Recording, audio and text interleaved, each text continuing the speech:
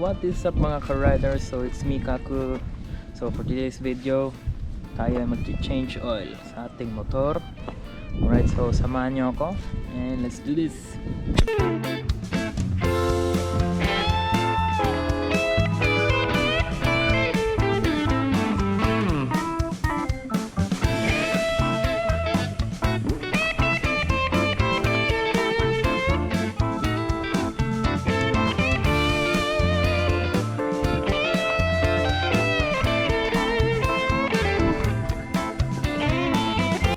So before tayo magsimula sa ating change oil, papakita ko muna sa inyo yung mga gamit na kinakailangan para sa ating change oil. So ito muna tayo din. Ito yung measuring pixel. Yung capacity niya is 2.0 liters. So yes. So, ang gamit nating oil ngayon is Ultra G3 4-cycle engine oil. Ito yung oil na nire-recommend ng taga Honda para sa ating motor daw, which is medyo mahal kumpara sa other types of oil. So, yung ibang oil ng G1 to G3 to yung G1 mga 900 yen lang. So ito is kakalaga ng 2,000 yen each. So itong dalawa is 4,000 ata. So may gloves tayo dito. Pasok natin sa ating bulsa. So ito ang bukas ng ating nuts and bolts. Yes, ito ang nagdadalang bida dito. So ito yung lalagyan natin ng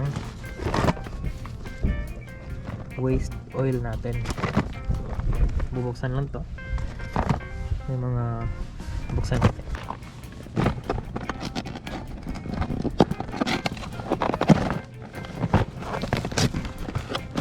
So yun, may plastic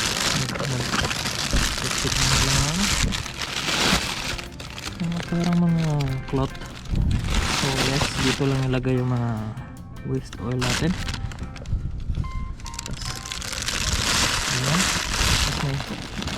So may pang-wrap tayo dyan. Tapos tapon lang sa normal na burnable biodegradable na garbage. Right? Yung tutso na basura lang. So yun.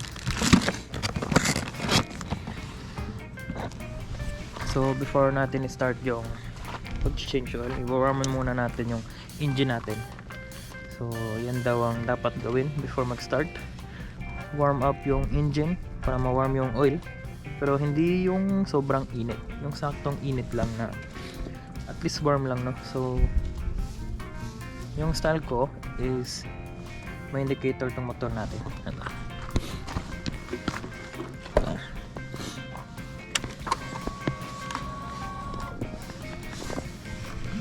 Indicator dito ba? Yan. Cool tsaka hot. So yung sa akin lang is pag may 1 bar na, then ko na sisimulan yung change oil natin. So and then start.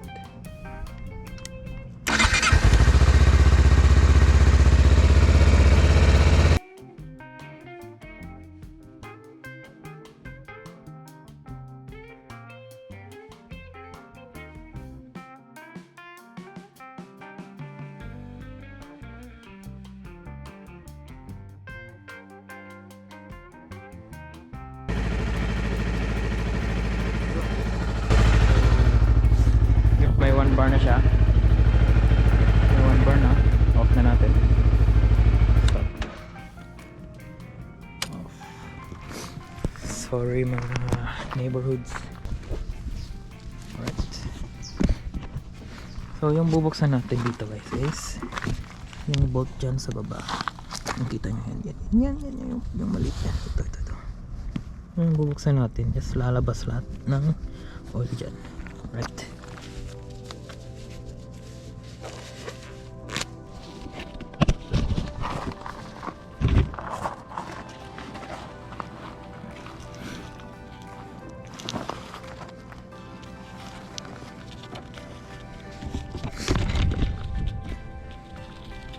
So ito yung bubagsan natin. So let's do this.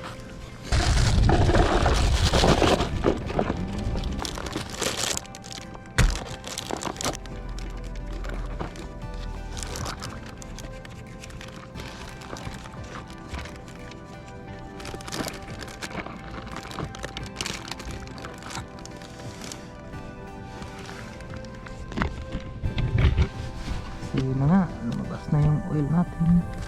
Wow, grabe yung oil oh. Yan siya. Yung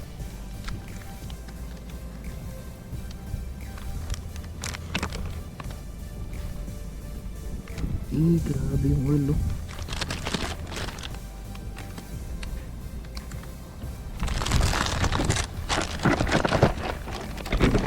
Konti. So as you can see guys, yung oil natin is parang black na no. Actually medyo nalit ako mag ano, natagalan kong ma-change oil to sa dapat na limit nya no. So yun, at least na-change oil natin.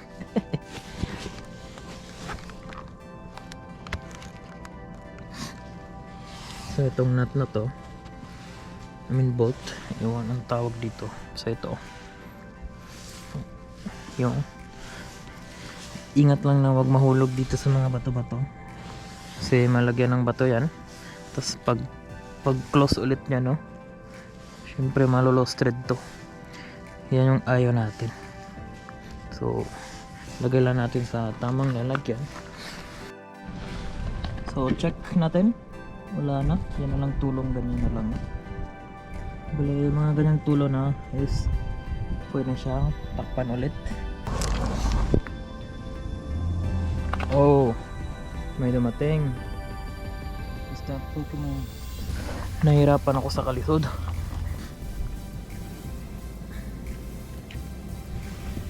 So yun, yung pag-lock natin oh, wag lang masyadong mahigpit. May feel mo lang na mahigpit na siya konti, yun na lang, para hindi siya ma-lost thread no. Next step is alamin kung ilang liters o ilang cc ng oil yung kailangan ipasok sa engine mo. So in my case, sa motor ko may nakasulat dito, pag nagpalit ka ng oil lang, oil ko lang makita ko sa oil nakasulat dito is 1.9 liters lang. If magpalit ka ng Firuta tsaka oil, 2.1 liters yung sabi niya. So ngayon oil lang i-change natin no. So 1.9 liters. Isang ganito is 1 liter ata. 1 liter ba? Wait, check natin ulit.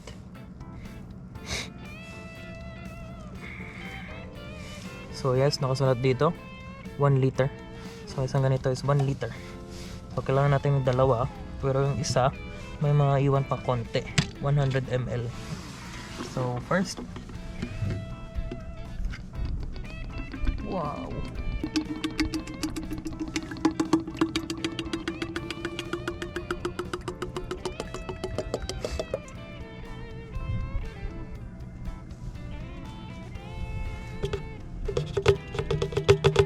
next is this. So hindi natin ubusin to kasi 1.9 liters lang no? So yun, sok.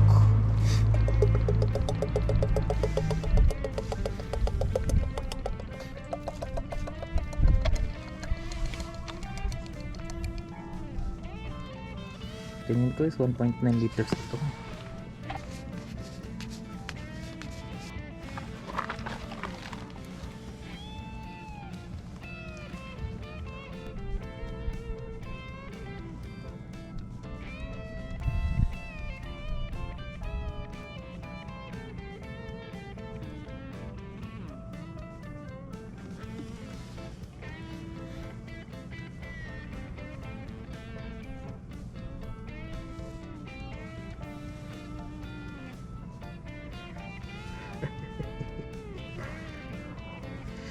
Pasok lahat, huwag maiwan.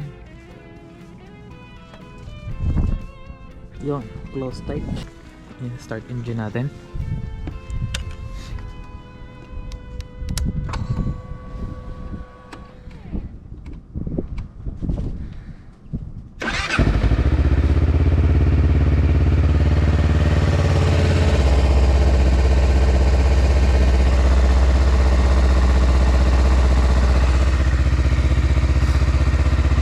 For watching, hope nag-enjoy kayo, tas hope na may natutunan kayo sa video ko.